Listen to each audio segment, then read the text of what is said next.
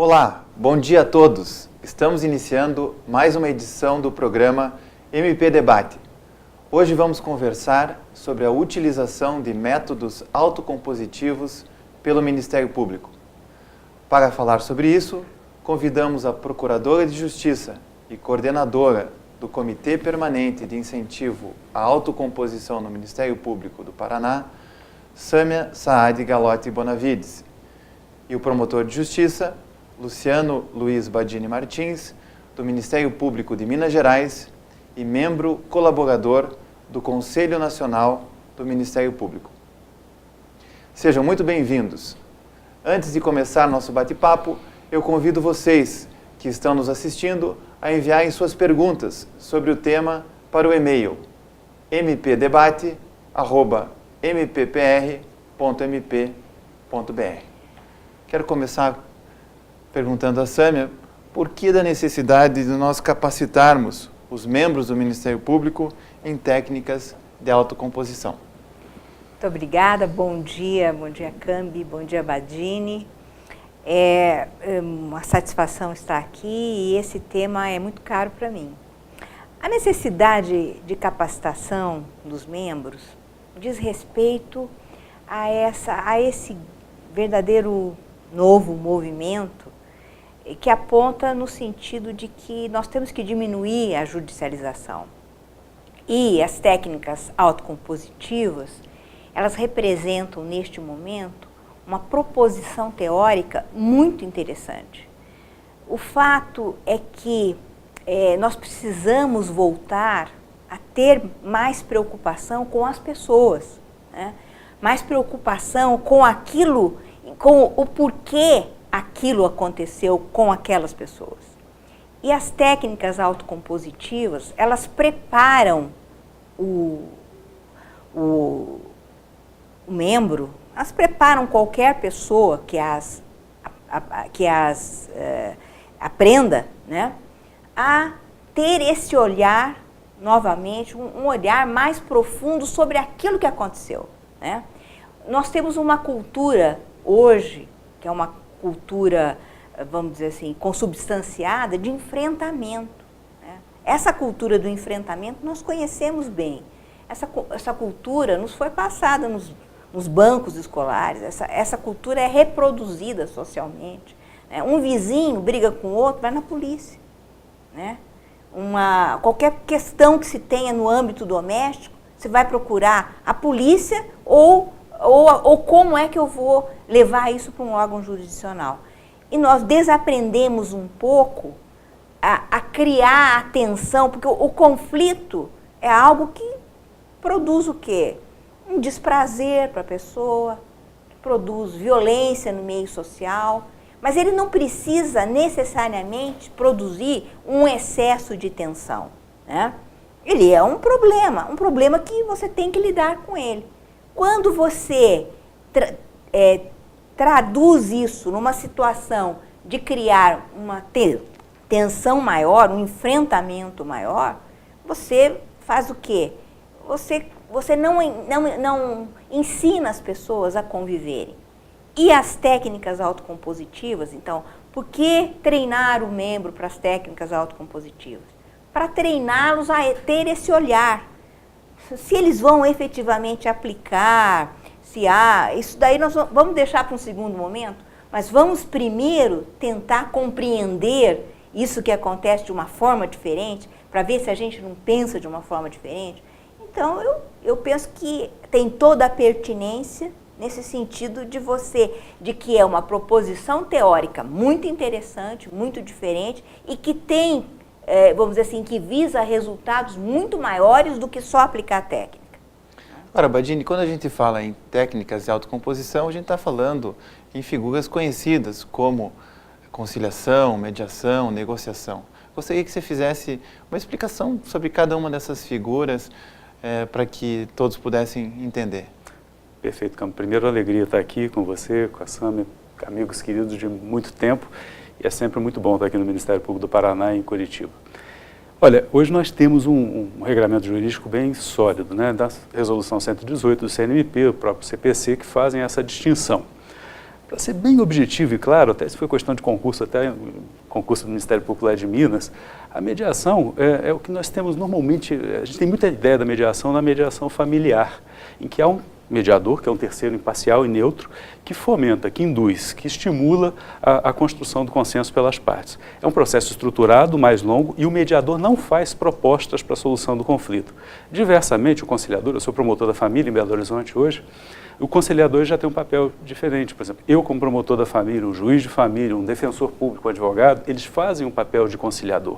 Você usa técnicas de autocomposição, propõe soluções para a resolução daquele conflito, mas isso de uma forma não tão estruturada. O processo de mediação pode durar 6 meses, pode durar 1 ano, pode durar 8 meses. A conciliação é feita numa própria audiência, é feito num centro judiciário de solução de conflitos, por exemplo, previsto no próprio CPC também.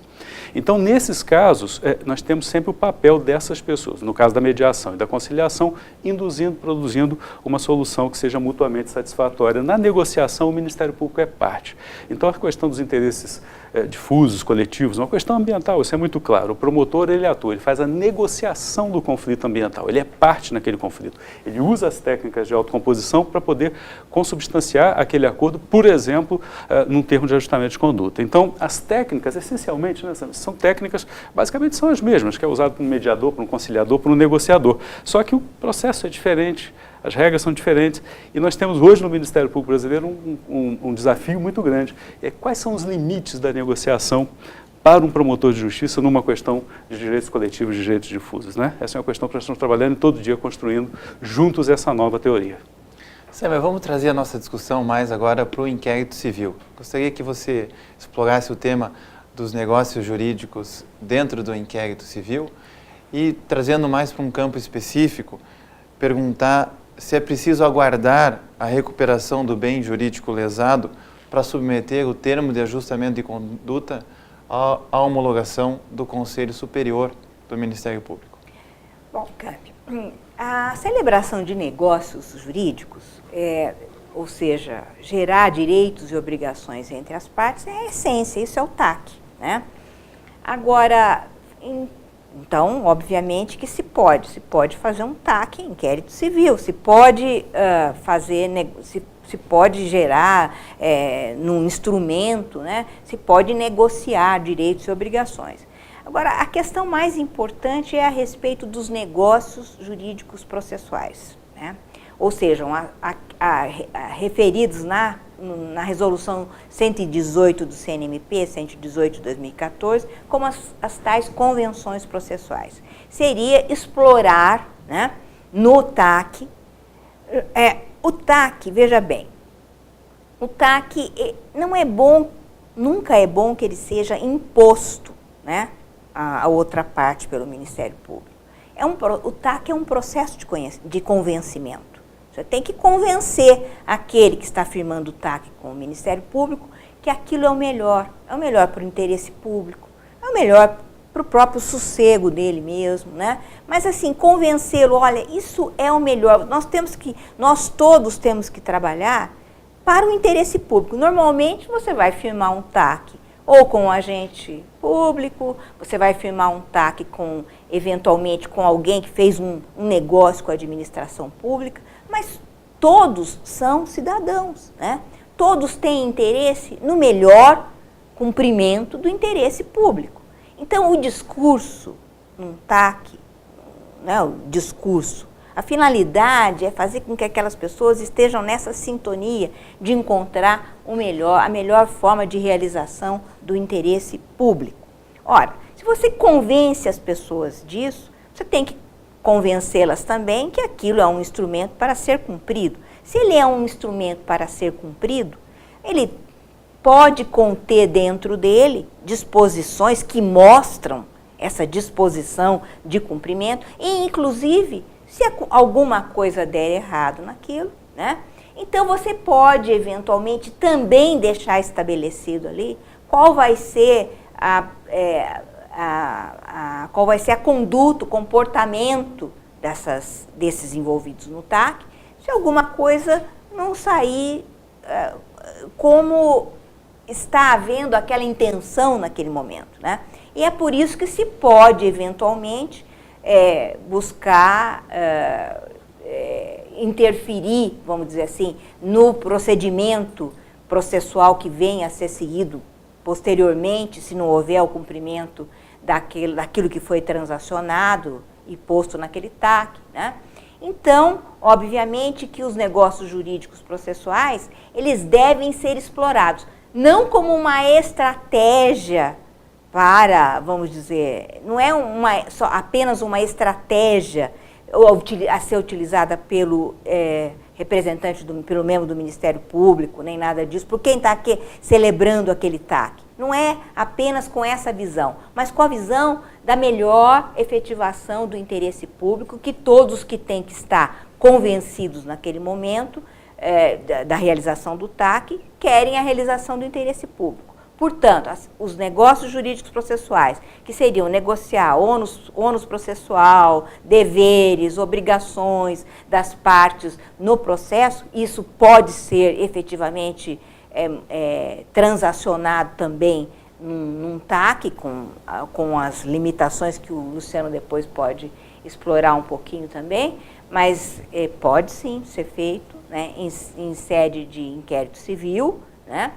Não só realizado o TAC, como firmado, estabelecido de comum acordo, como é que será, por exemplo, a execução desse TAC depois, ou como regras a serem aplicadas num eventual pedido deduzido perante o juiz, se não der certo, né, a realização, o cumprimento do TAC depois. E o nosso Conselho Superior, como é que ele tem entendido? É necessário aguardar a recuperação do bem jurídico lesado para submeter o TAC ao Conselho, ou o promotor pode já, celebrando o TAC, ainda que não haja o cumprimento, levar ao conhecimento do Conselho e depois acompanhar a eventual execução desse TAC? Como é que é o entendimento do nosso Conselho? Na nossa regulamentação, é assim. Quando o TAC diz respeito à improbidade, aplica-se a resolução número 1/2017. A resolução número 1/2017 tem no artigo 8º, seu parágrafo único, também artigo 8º, não estou fazendo confusão, também artigo 8º. No seu artigo 8º, ela diz que primeiro tem que ser cumprido, devem ser cumpridas, se cumprido integralmente o TAC para depois ser submetida, para depois ser arquivado. Porque a nossa resolução diz o seguinte: o TAC tem que ser homologado pelo Conselho, mas a homologação do TAC pela resolução é para possibilitar a execução, efetivamente que aquele TAC possa ser cumprido. Então, antes de ser cumprido, ele tem que ser homologado pelo Conselho. Aí volta para cumprimento. Só vai ser feito ao final. Não, por quê? Porque ali está dito expressamente que tanto o inquérito civil quanto o procedimento preparatório é só depois de integralmente cumprido o TAC. Tá? Então, terminou tudo, é isso a disposição contida na resolução número 1. Antes dela, já tinham as súmulas do Conselho também apontando nesse sentido.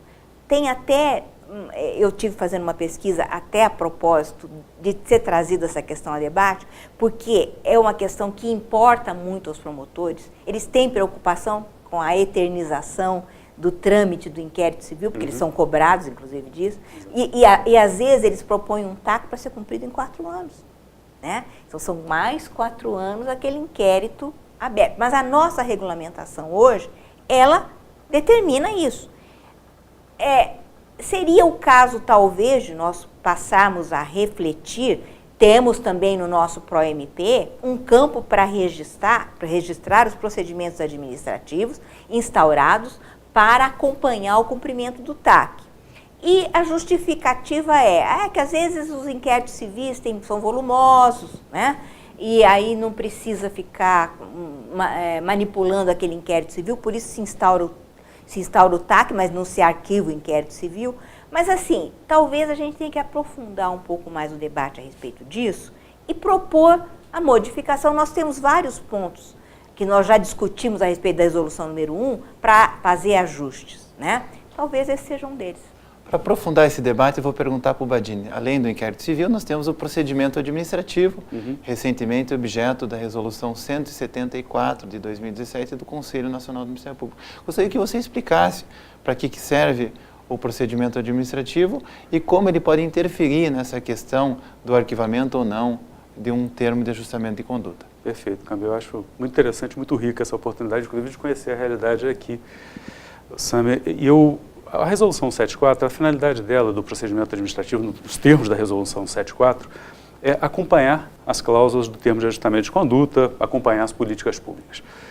O que eu acho interessante é o seguinte, estou falando aqui como ex-promotor de meio ambiente, atuei muito tempo na área de meio ambiente, como você sabe, coordenando a área de meio ambiente do Ministério Público, inclusive.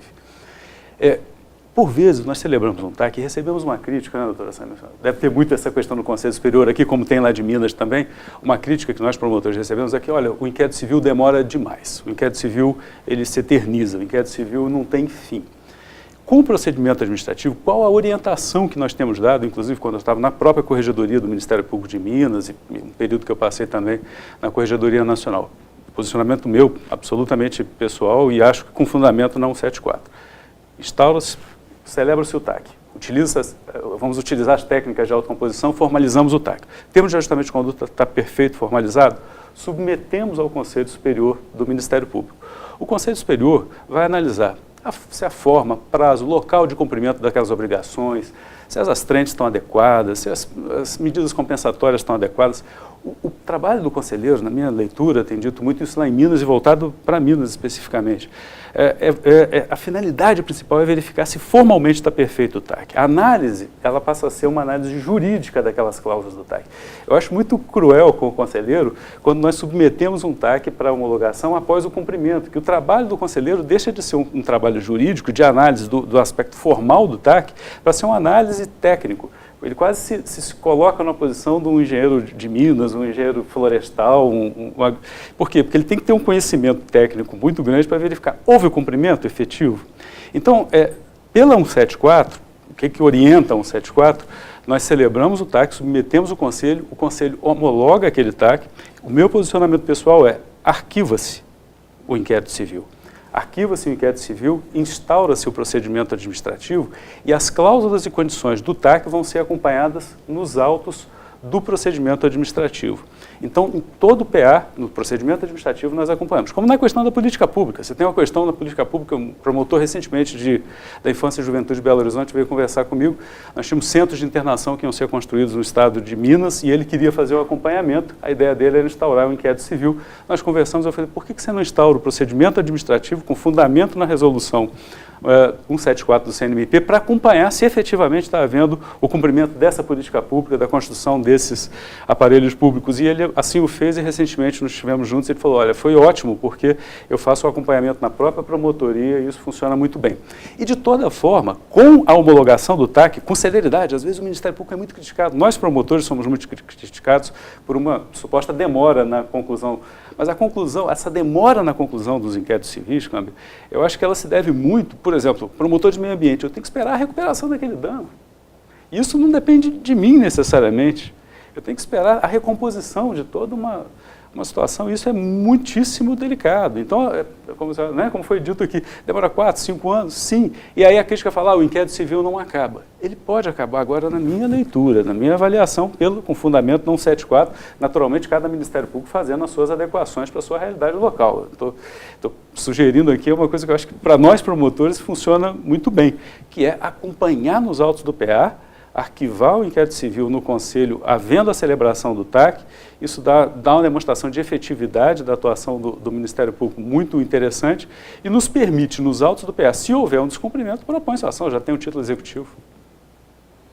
E o cidadão, por exemplo, se for pedir um medicamento, esse PA pode ser objeto de instauração na promotoria e se o cidadão não estiver contente com a atuação do membro do Ministério Público, pode levar isso ao Conselho? Seria assim? Perfeito. No caso do medicamento, você entra muito na questão dos direitos individuais e disponíveis, né? Que tem a previsão também na 174 da instauração do PA para essa finalidade.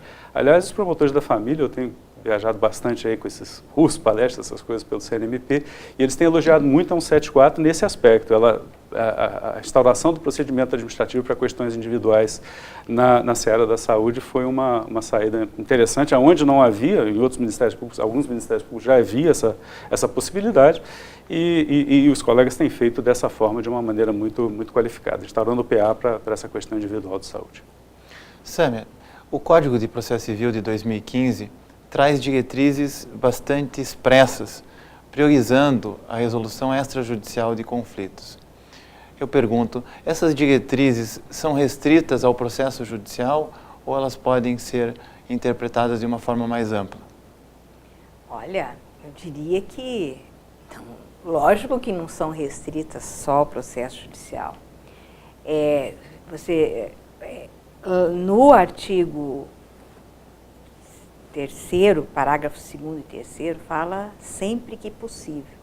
Mas eu costumo dizer e pensar que até quanto parece impossível, a gente tem que tentar sempre primeiro as práticas autocompositivas.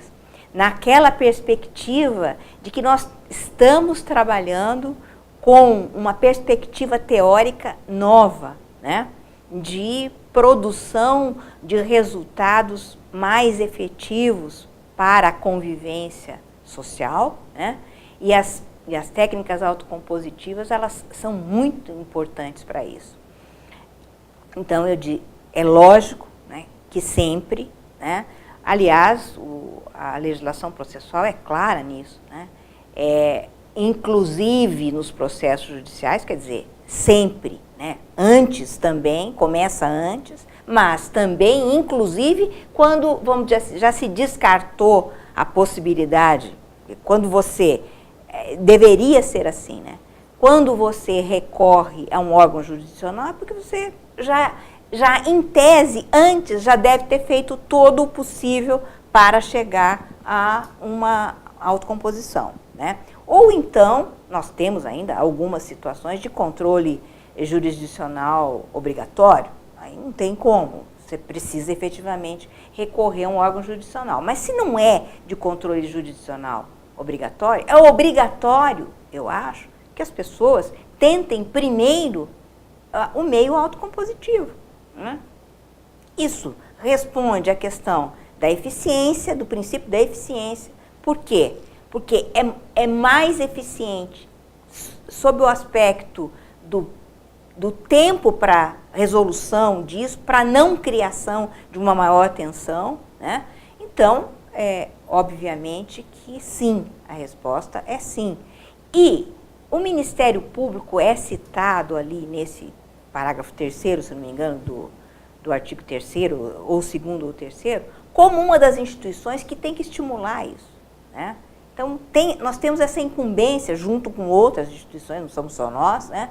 Mas na parte que nos compete fazer isso, né, nós temos que estimular isso naquele nosso âmbito de atuação, quando nós teríamos, em tese, legitimidade para deduzir pedidos em juízo, né? Mas antes disso, nós temos que nos ocupar, obviamente, de conduzir para uma resolução consensual, que é muito melhor para todo mundo, é muito mais pedagógico isso para as pessoas, né? Porque as ensina, inclusive, a prevenção de novos conflitos. O conflito, ele faz parte, mas o conflito, ele é um aspecto da convivência, né? É um aspecto que pode ser, o conflito, ele pode representar um momento, e um momento, inclusive, muito rápido, né? Que às vezes as pessoas eternizam, ao invés de enfrentá-lo e solucioná-lo. Um dos temas que o Código de Processo Civil traz também, lá no artigo 190, Badini, é o negócio jurídico processual. Como que o Ministério Público pode usar esse novo instrumento, tanto no processo judicial, quanto na esfera extraprocessual? Mais uma pergunta ótima, Cambi. Eu acho que, para mim, e tudo que eu falo aqui, eu falo muito como promotor de justiça, né, e como promotor que a gente tenta buscar saídas aí para os nossos problemas do dia a dia. Eu queria te dizer o seguinte, eu acho que o artigo 190, os colegas que estão nos acompanhando aí pelo Estado, né, nos dão alegria de participar desse nosso encontro aqui também. O artigo 190, meus queridos amigos, talvez seja, para mim, um dos artigos mais importantes do Código de Processo Civil, um dos artigos que merecem o maior cuidado de nós, membros do Ministério Público. É um artigo fundamental, o artigo do negócio processual. Ele já tinha uma previsão, né, a doutora Sâmia falou aqui, que era a questão da convenção processual na resolução 118/2014, né, do CNMP. Pois bem, veio depois, até por iniciativa do Antônio do Passo Cabral, nosso colega do MPF do Rio, foi uma sugestão dele a convenção processual. E depois nós tivemos no 190. Eu acho que o 190 ele estabelece a possibilidade de celebrar, de se formalizar acordos destinados à otimização da atividade jurisdicional. Quer dizer, nós podemos celebrar nos autos do inquérito civil, ou seja, como cláusula de TAC, ou podemos, em sede judicial, formalizar, celebrar os chamados negócios jurídicos processuais. Eu vou dar alguns exemplos que eu acho que fica mais fácil para a gente entender. Eu sou promotor da família em Belo Horizonte. Você que é promotor da família aí na sua comarca e tudo, qual a sua grande dificuldade? Pelo menos uma grande dificuldade que eu encarava todos os dias nas audiências de família. Eu tinha uma ação de execução pelo rito do 528, prisão civil. Eu tinha uma execução também, mesmo núcleo familiar, rito do artigo 523, penhora. Todo mundo que está nos assistindo tem certeza e tem a convicção disso, que vamos dizer o seguinte, olha, o rito do 523 é muito complicado para a gente, porque as pessoas não têm uma condição financeira, não têm bens, não têm recursos em contra, quer dizer, você não consegue penhorar. Esse é o fato. Então, às vezes, os processos relativos ao rito do 523, eles se eternizam. Uma ação de execução de alimentos pelo rito do 523 se eterniza. O do 528, como é o da prisão, o rito, prisão civil, eles têm uma maior agilidade e a gente consegue resolver de uma forma mais célere. Então, o que nós temos feito usando o artigo 190, Cami? Nós temos feito o seguinte, unificado o rito, o rito da execução, nós pegamos um processo, para facilitar aqui. Eu tenho uma execução de penhora, R$8.000. Eu tenho uma execução pelo rito da prisão civil, R$2.000.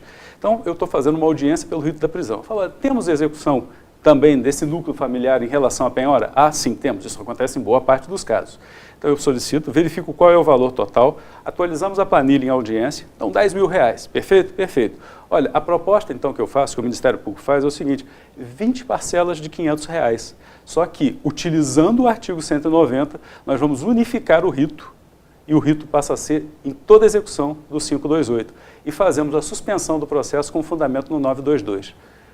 Isso garante, nós resolvemos um problema de execução de penhora, pelo rito da penhora, que nós não tínhamos como resolver. É um processo que ia ser extinto ou ficar suspenso até identificar bens ou que a parte pudesse, de alguma forma, ter aquele crédito satisfeito.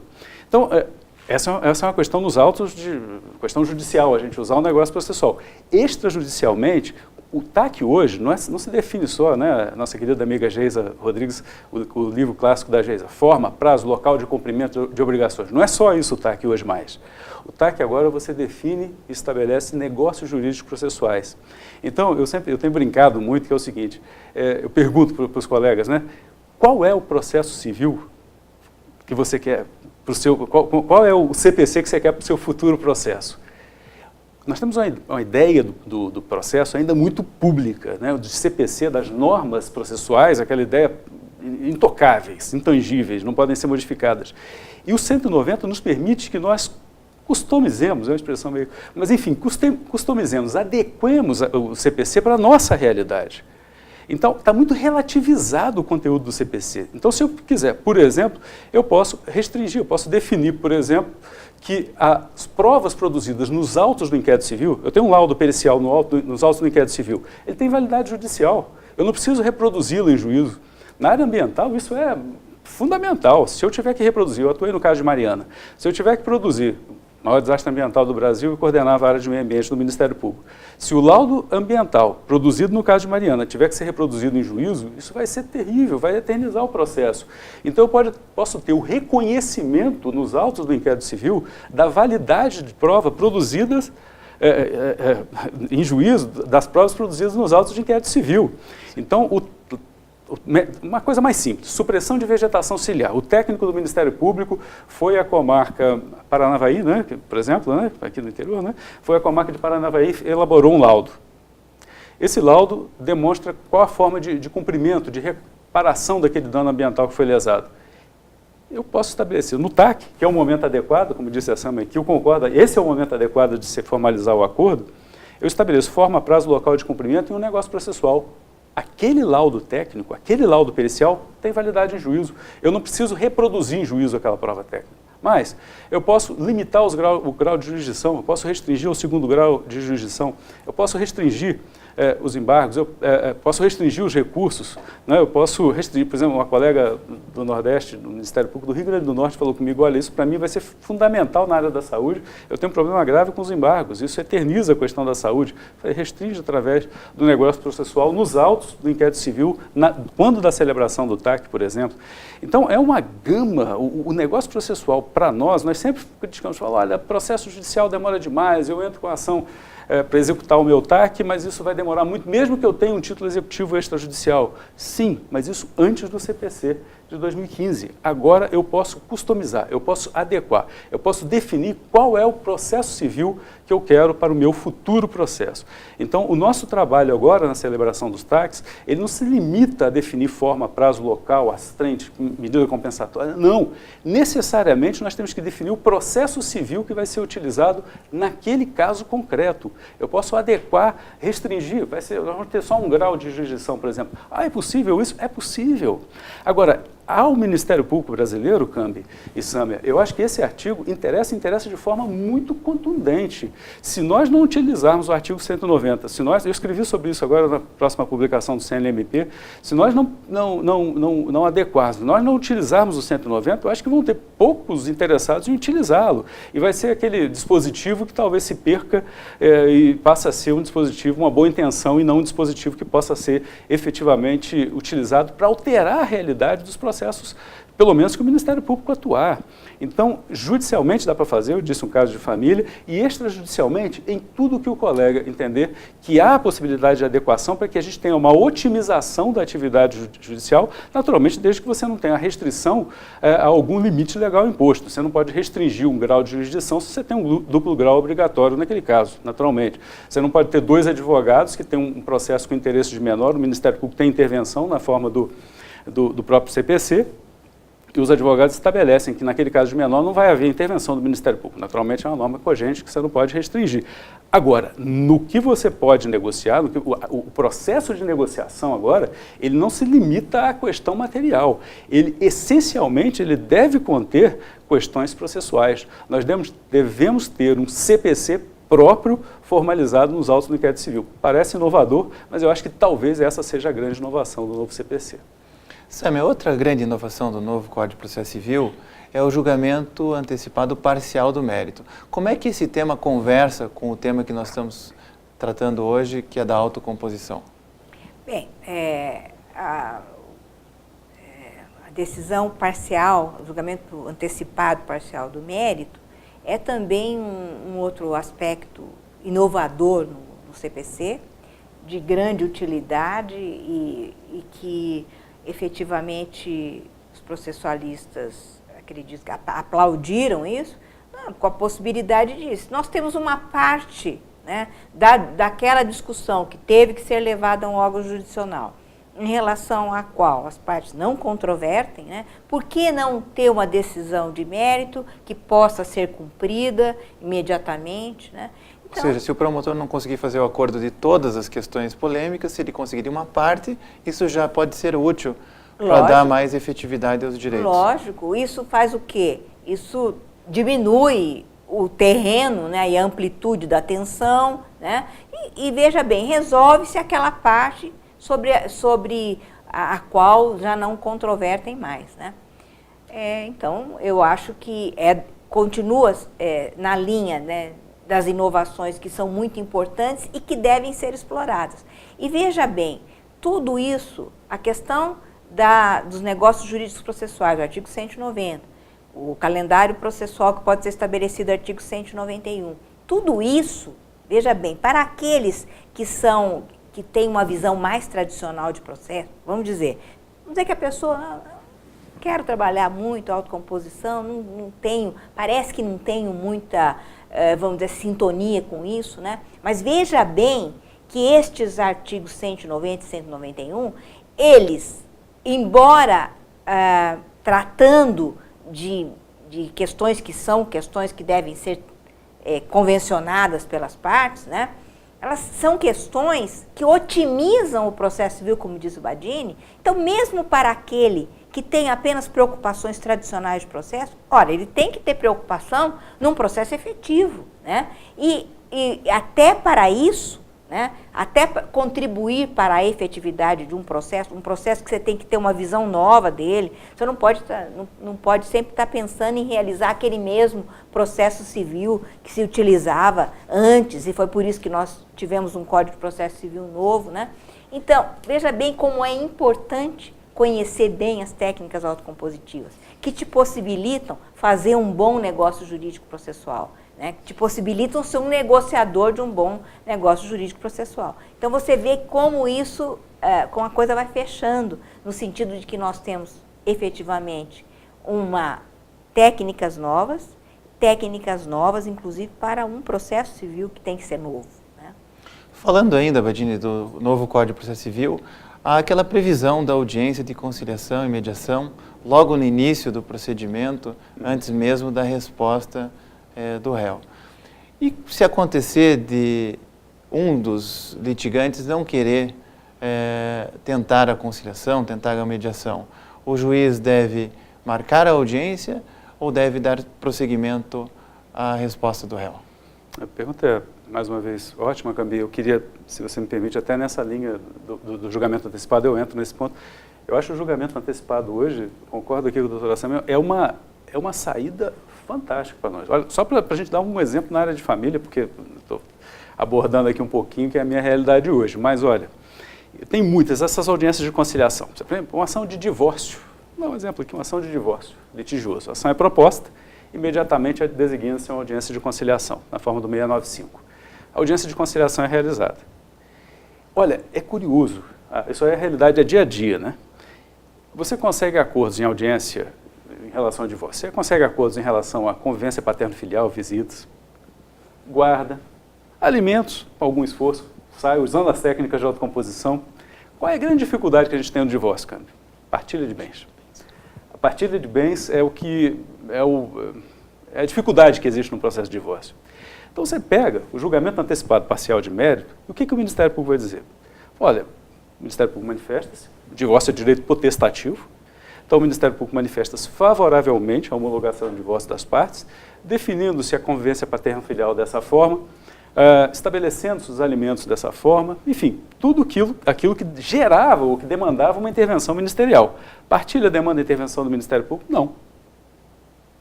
Questão de direito absolutamente disponível.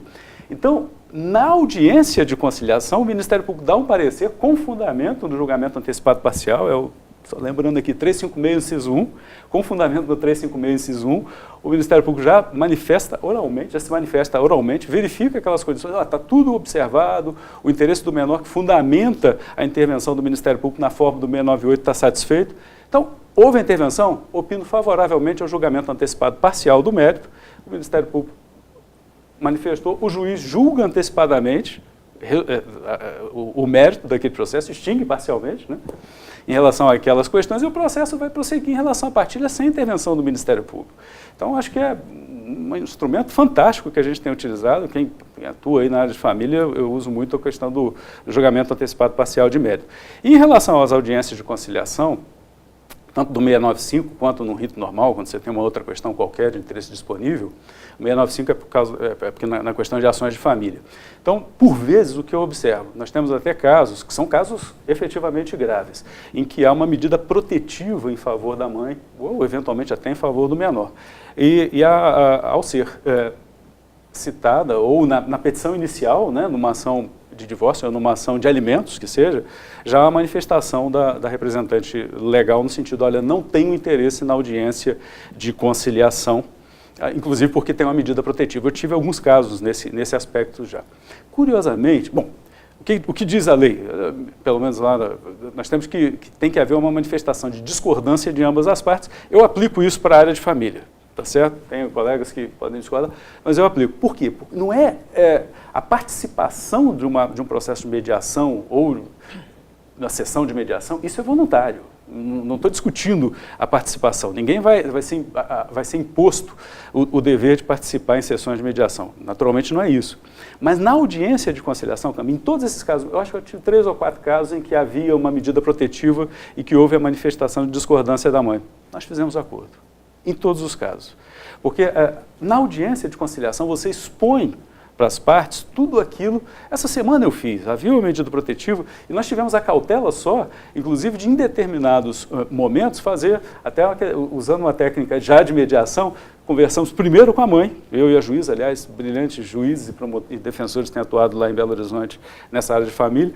Então conversamos primeiro com a mãe, depois com o pai e depois colocamos os dois e só para apresentar o acordo final que tinha sido formatado. Então em todos os casos houve. Então além da previsão, não tem uma previsão expressa na área de família, tem uma previsão expressa nos demais casos, no procedimento comum, no procedimento ordinário, mas eu entendo que pode se aplicar e deve se aplicar para a área de família, até porque nós não estamos impondo nessa audiência que haja uma adesão a um processo de mediação. Nós estamos somente permitindo àquela pessoa conhecer as ferramentas de autocomposição e naquelas audiências, utilizando essas técnicas, buscar a composição do conflito. Só um detalhezinho que eu acho muito importante.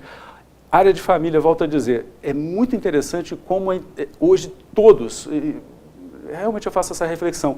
Há um esforço geral, até por força do artigo 3º mesmo, que a doutora Sâmia falou aqui, acho que é o parágrafo 3º mesmo, né? Membros do Ministério Público, defensores, juízes devem contribuir para a construção do consenso, inclusive em juízo, quer dizer, fora dele também, né? Então, eu acho muito interessante porque há um esforço geral nessas audiências para que se busque o consenso, cada um manifestando de uma forma, e se você usar técnicas de conciliação, você tem um momento oportuno, um momento correto de falar. Quando você já começa a trabalhar um tempo maior com o juiz e com o próprio defensor público, a gente já sabe o momento de fazer a intervenção. Então, acho que há um esforço geral e até de advogados mesmo, de advogados que já viram que esse é o novo caminho, até porque eles têm que se adequar a essa nova realidade, senão eles vão ficar para trás, vão perder o trem da história. O direito hoje não é o direito em que há uma imposição de uma decisão. Mesmo em questões familiares, às vezes muito difíceis e delicadas, o interesse maior é se ver livre do conflito, é construir uma solução que seja mutuamente satisfatória, porque para nós, o dia a dia numa sala de audiência é a nossa rotina. Para o cidadão comum, eu ouvi essa semana um cidadão falou, doutor, vamos tentar resolver, porque para a gente aqui a pior coisa do mundo é sentar nessa cadeira e vir no fórum. Então, essa realidade, para nós é o dia a dia. Você faz júri, o colega que faz júri aí pelo interior, nós fazemos júri almoçando em plenário sentado ao lado do réu, não tem problema nenhum. Essa é a nossa realidade. Mas para o cidadão comum, não é. Tem chegado várias perguntas aqui dos colegas. Vou começar fazendo uma pergunta do colega Timothy Aragon Eman, de São Mateus do Sul. Sâmia, eu acho que você podia responder ela. Em situações que envolvam nítido interesse público, é possível que o membro do Ministério Público utilize os métodos autocompositivos para tentar solucionar a questão? E ainda ele pergunta, como fica essa controvérsia à luz do princípio da eficiência, previsto tanto na Constituição, no artigo 37, quanto no artigo 8º do novo Código de Processo Civil? Olha, eu diria que não é possível quando há interesse público. É obrigatório. É obrigatório. Justamente fazendo o link com a continuidade da pergunta, a questão do princípio da eficiência. Quando você enfrenta uma situação, acho que eu até não deveria ter usado esse verbo, quando você está diante de uma situação que envolve um conflito, qualquer que seja ela, a utilização de uma técnica autocompositiva, a busca de uma solução diferente, que é a solução consensual, abre muito o leque para encaminhar aquela situação a um patamar que, vamos dizer, que seja satisfatório a todos. Diferentemente de quando você quer apenas o juiz, como alguém que se substitui a uma das partes, impõe uma decisão. Toda decisão que é imposta, que é fruto de uma imposição, há uma dificuldade muito maior, tanto de você adequá-la àquela realidade, né? Tanto de adequação. Por quê? Porque, como disse o Badini, por exemplo, na questão de família, houve uma parte, né? Houve o pai, houve a mãe, né? Houve um lado, houve o outro, às vezes houve a criança, às vezes houve até necessidade de você ouvir um familiar. A compreensão que você tem daquela situação é completamente diferente de você pegar uma causa de pedir, correspondente a um determinado pedido, submetê-la a um órgão jurisdicional, aguardar o que é que cada uma das partes vai produzir em termos de prova, para que o juiz forme, então, o seu convencimento, para a atividade cognitiva do juiz, examinando aquelas provas, né? Aí ele tem que dar uma decisão, que é uma decisão que, vamos dizer, ela vai produzir uma roupa, mas não é, às vezes, a roupa exata que vai atender ao figurino daquelas partes que estão ali com aquele problema, né? Então, havendo interesse público, ainda é maior a necessidade do nosso comprometimento com a eficiência, obviamente. Nós temos previsto o princípio da eficiência. Nos Estados Unidos, por exemplo, não tem. Então, talvez lá, eles não precisem atentar para isso. Nós precisamos. E é interessante essa pergunta, Samia, porque havia uma resistência muito grande na área da improbidade administrativa, até uma interpretação do artigo 17 da lei, que eventualmente estaria proibindo o termo de ajustamento de conduta. Mas o Conselho Nacional do Ministério Público, na resolução 179, evoluiu para isso, e o Ministério Público do Paraná foi vanguardista também nessa parte, né? Como é que tem sido as interpretações de TACs pelo Conselho Superior do Ministério Público na área da improbidade administrativa? A análise de um levantamento muito prévio que foi feito, inclusive pela Corregedoria, e aí baseada na questão dos números, né, resultantes desses TACs, assim, mostra, primeiro, bom, todos que acompanham as sessões do nosso Conselho sabem, em toda a sessão do Conselho nós temos pelo menos 4, 5 TACs para homologar TACs em improbidade. Eu, além de atuar no Conselho Superior, eu também atuo na coordenação de recursos cíveis, né? Então, a gente observa lá o resultado da atividade jurisdicional, o complicador disso, né? As ações que foram propostas, que talvez nem precisassem ser propostas, né? Que talvez pudesse ter sido ocorrido de uma forma diferente, né?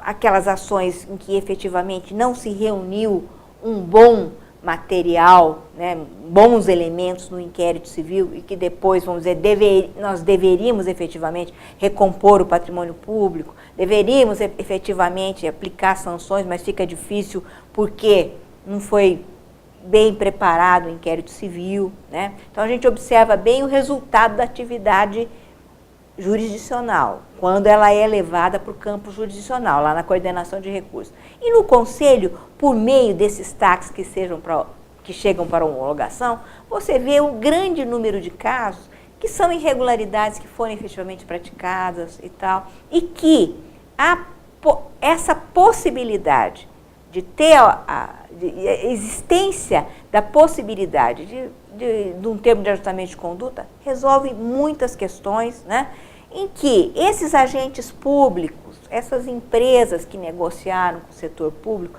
têm aquele momento, né? Óbvio que nós vamos talvez progredir muito mais para TACs que vão muito além apenas da recomposição do ressarcimento e da multa civil. TACs que contenham, né, naqueles ajustamentos de conduta, efetivamente propostas, programas de ajustamento de conduta na administração pública, que isso está previsto na resolução número 1. Pouco utilizado, mas está previsto. E agora a lei de introdução ao direito brasileiro também foi alterada para falar em acordo de resultados, né? Exatamente. Ampliando essa ideia. Exatamente. Nas reuniões do Conselho, às vezes eu falo isso, que nós temos aí um campo para ser explorado muito bom, de impor ao agente público, por exemplo, fazer campanhas, né, dentro da administração municipal, né, dentro da administração estadual, o que quer que seja, né? Determinadas empresas, delas também apresentarem, por exemplo, sei lá, programas de compliance, eu não entendo muito disso, mas entende?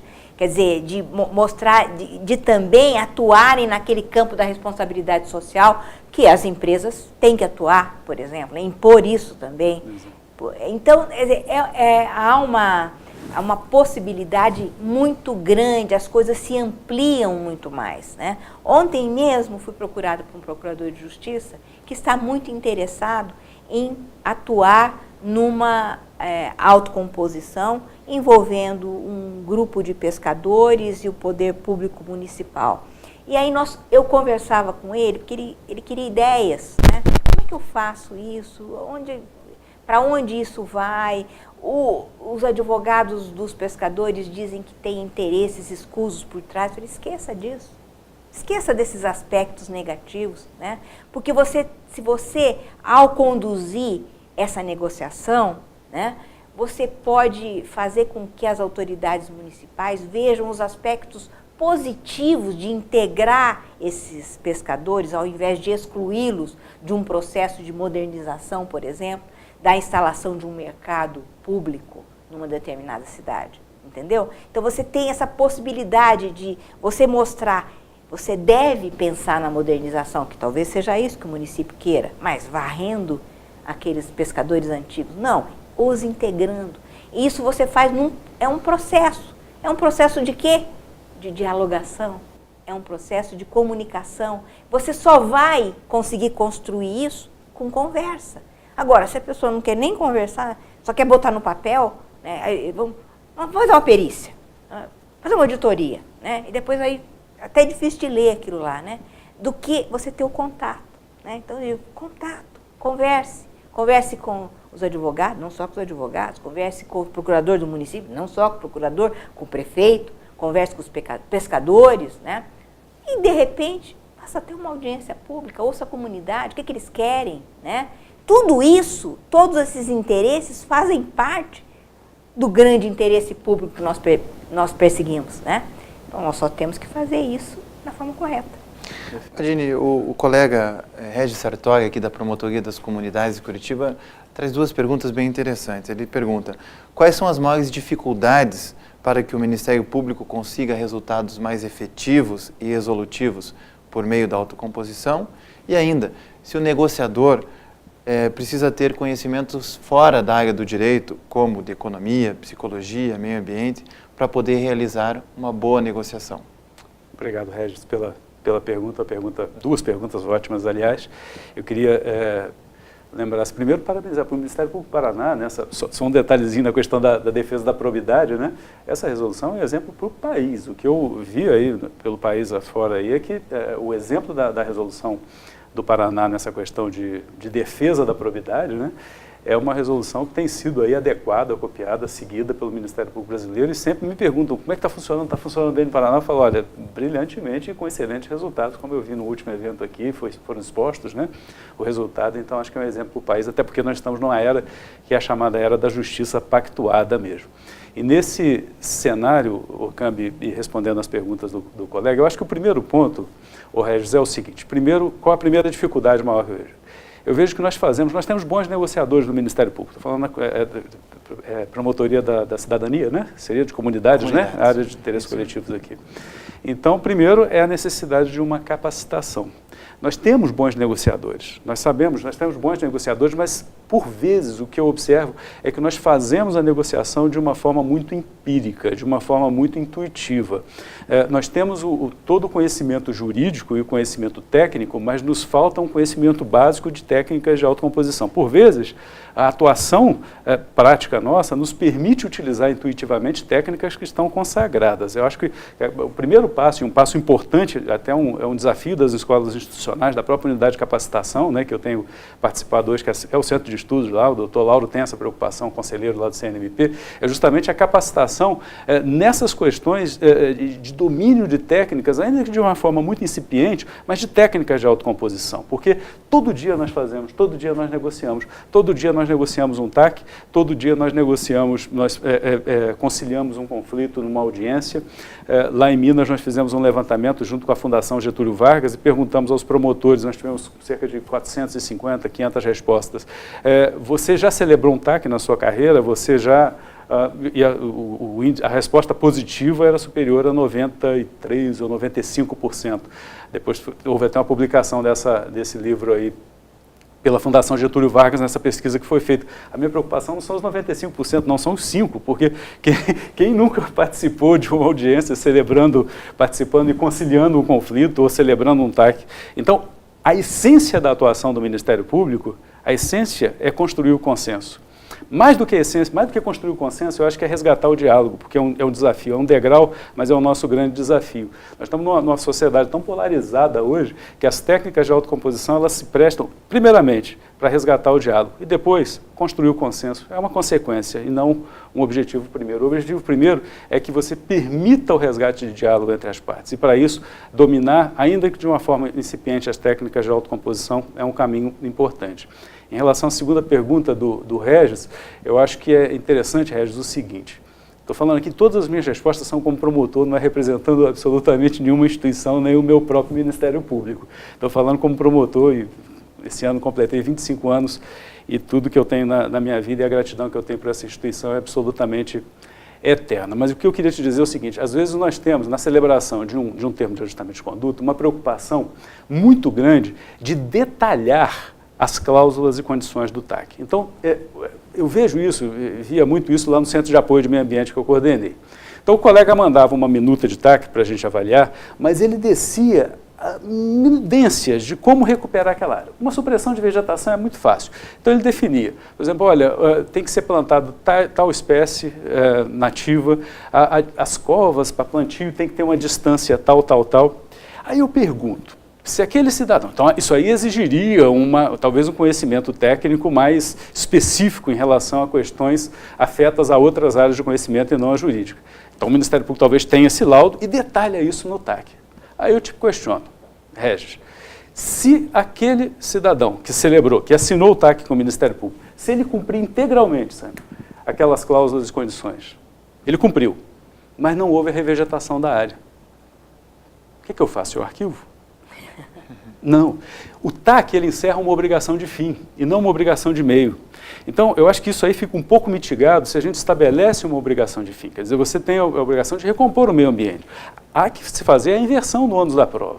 O cidadão tem que saber que quando ele assina aquele TAC, ele tem que recuperar aquela área.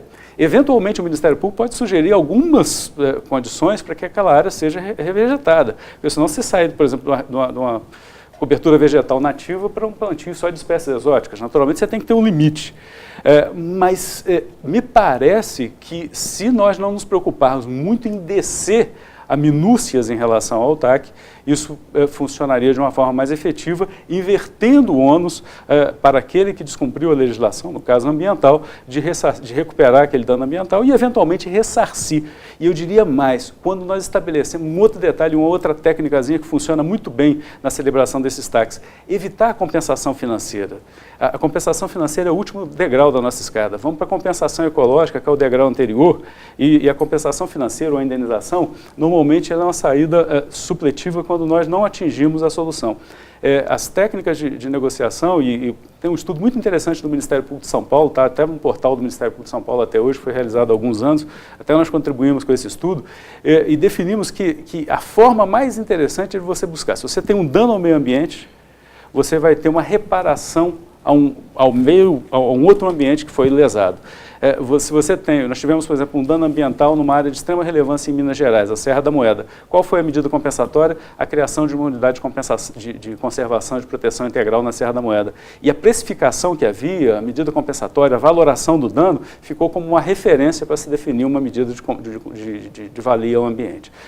Tivemos um caso de expansão de um shopping em Belo Horizonte, que a medida compensatória ficou se discutindo muito a questão, qual é o valor da medida compensatória compensatória. Era um equívoco, o foco da negociação estava errado. Qual é a geração de opções que a gente deu? Vamos ver quais são as obras viárias de interesse dessa região da capital mineira. E as obras viárias foram eleitas, como foi dito aqui, ouvimos as comunidades afetadas, ouvimos as associações de moradores que elegeram as obras viárias. E a compensação urbanística para a melhoria da fluidez do trânsito, qual foi? A construção de alças viárias, de vias públicas naquela região. Então, se nós tirarmos o foco da precificação e descermos um degrauzinho para buscar uma compensação que seja uma medida de valia ao ambiente, ou uma medida de valia socioambiental, eu acho que é um caminho interessante para se buscar uma conciliação de uma forma mais, uma negociação de uma forma mais adequada. Sâmia, nós falamos muito sobre autocomposição na esfera civil, mas o nosso colega Marcelo Augusto Ribeiro, de Ponta Grossa, pergunta como seria possível a autocomposição no âmbito criminal sem prejuízo da responsabilidade penal. Olha, primeiro cumprimentar o Marcelo, conheço a atuação dele e sei quais são as preocupações dele. O Marcelo, ele, por exemplo, tem interesse em práticas restaurativas, tem interesse em justiça restaurativa, mas tem preocupações, que são preocupações inclusive institucionais, são preocupações, enfim, de um agente público, no sentido de que, olha, eu quero trabalhar com técnicas autocompositivas, eu quero até trabalhar com justiça restaurativa, independentemente da punição, né? A punição, óbvio, nós temos aí um Código Penal, nós temos o Código de Processo Penal. Eu diria assim, e acho que talvez alguma vez eu já tenha dito isso para o Marcelo, mas digo isso para quem levanta essa questão, que tudo depende do nosso paradigma, né? Eu perguntaria, acho que nós temos que fazer algumas reflexões para chegarmos juntos à conclusão a respeito disso. Se é possível você fazer autocomposição e trabalhar com o sistema punitivo conjuntamente. Nós vamos ter aspectos, vamos dizer assim, em que se pode recompor até o dano daquela prática criminosa, mas como uma mudança de paradigma, no sentido de que, quando eu estou convidando alguém para algum tipo de solução compositiva, eu estou dando um recado para ele, no sentido de, olha, independentemente de qualquer coisa, primeiro eu quero entender o que aconteceu. Eu gostaria de compreender por que você fez isso. Eu quero entender a tua realidade. E eu quero trabalhar, eu preciso, porque nós trabalhamos, porque na convivência social nós temos que trabalhar com a questão da responsabilização. Eu quero trabalhar com a responsabilização, mas eu quero trabalhar com um outro tipo de responsabilização. A responsabilização que eu quero, eu sociedade, a responsabilização que eu quero é que você efetivamente minimize todos os danos que você provocou a vítima de um crime, por exemplo, né? Minimize todos os danos patrimoniais que você possa minimizar, todos os danos psicológicos, né? Que você, enfim, a responsabilização se dá pelo aspecto do efetivo atendimento à vítima. Hoje, a nossa preocupação, efetivamente, ela é com o bem jurídico, né? Com a lesão a um bem jurídico, que o Estado estabeleceu a forma como eu vou trabalhar com essa lesão ao bem jurídico patrimônio, bem jurídico vida, bem jurídico integridade física de alguém, né? E para isso nós estabelecemos uma sanção penal, né? E o nosso sistema é o sistema da expiação. É o sistema da retribuição do mal pelo mal. Né? As propostas alternativas, e por exemplo, no campo da justiça restaurativa, é um novo olhar sobre este conflito que é o crime. Né? Então, para este novo olhar, E é por isso que aqueles que defendem a justiça restaurativa dizem que ela não pode conviver com este nosso sistema punitivo. Porque a questão é, se você quer o comprometimento de uma pessoa, no sentido dela mudar depois que houve esse fato, que são sempre fatos graves, né? São sempre questões graves, as práticas criminosas, elas são aquelas mais graves. É por isso que no contrato social, né, se você quiser ver por esse lado, né, estabeleceu-se que, além dos aspectos cíveis da recomposição daquilo, tem ainda a imposição da sanção penal, porque aqueles bens possuem magnitude penal, né? Então, são efetivamente questões graves, mas para você mudar o paradigma e para você efetivamente buscar o comprometimento daquele que praticou o crime, do adolescente que praticou a infração penal, você deveria deixar para um segundo plano o aspecto punitivo e trabalhar com essa responsabilização no sentido de serem atendidos, né? Serem atendidos aquele dano, né? Aquele dano que tem diversos aspectos, né?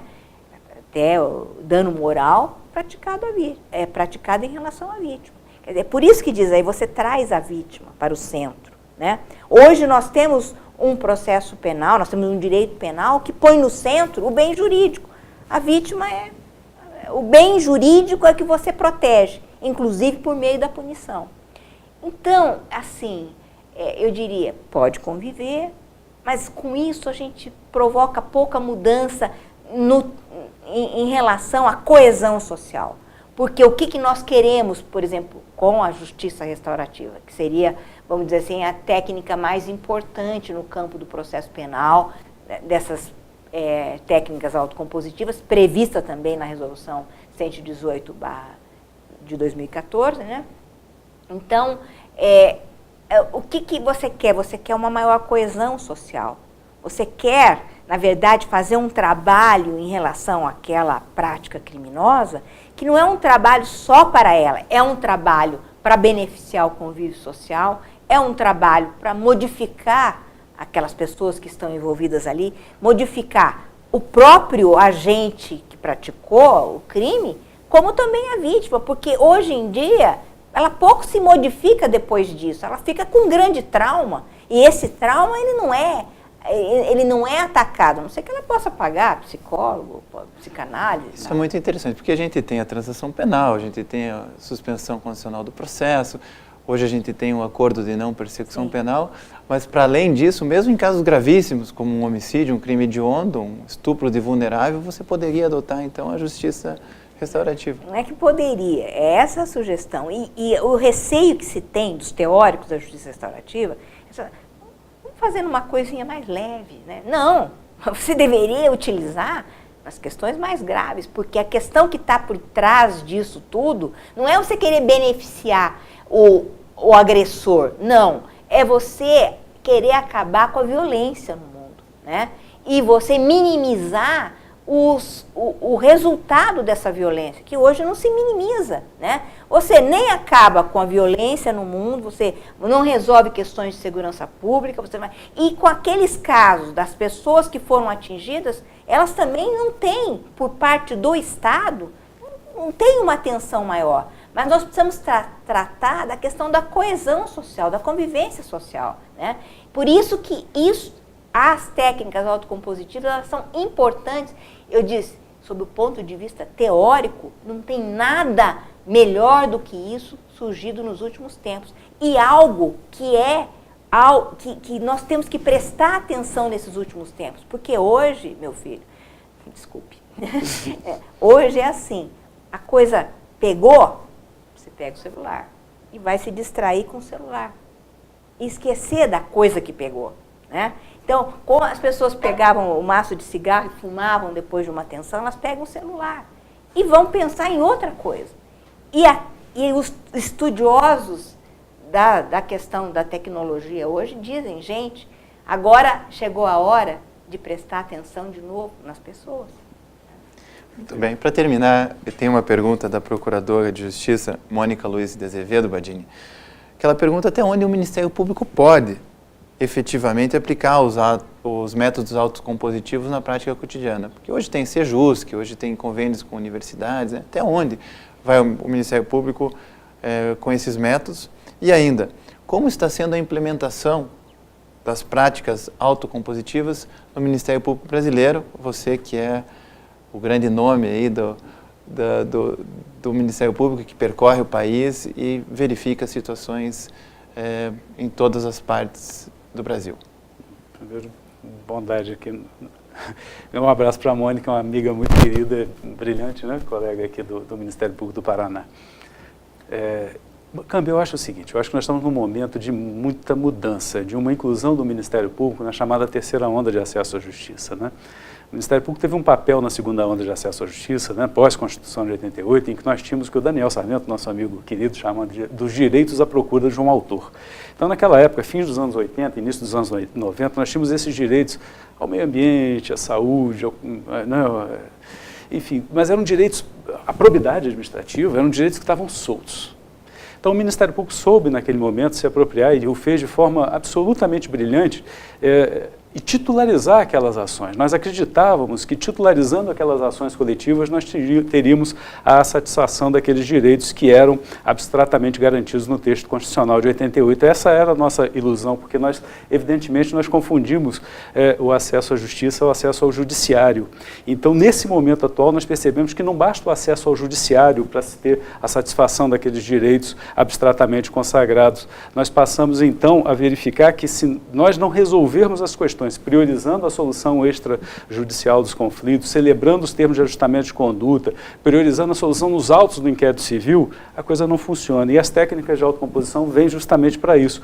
Consolidar um acordo em esfera extrajudicial é seguramente mais eficiente do ponto de vista de uma atuação do Ministério Público, essa é a sensação de nós, promotores do Brasil inteiro, procuradores do Brasil inteiro, do que eventualmente propor uma ação por si só. Propor ação, todo mundo propõe, tem ação e tem modelo para tudo hoje. Então, eu acho que esse momento hoje é de consolidação do Ministério Público nessa chamada Capelete lá e seus pares, né, Brian Gart, enfim, na terceira onda de acesso à justiça, que consagra basicamente a simplificação de procedimentos e a utilização da chamada, ele usa mediação de uma forma mais efetiva na nossa vida e no dia a dia. Então, hoje, o momento nosso é de consolidar esse novo Ministério Público. Não o Ministério Público que simplesmente judicializava, mas o Ministério Público que usa o inquérito civil e faz no inquérito civil o palco prioritário para a solução dos conflitos.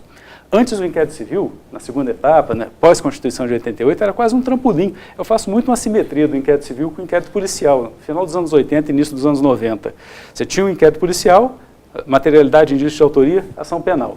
Você tinha um inquérito civil, materialidade comprovada, nexo, causalidade, ação civil pública. Hoje o inquérito civil tem outra finalidade.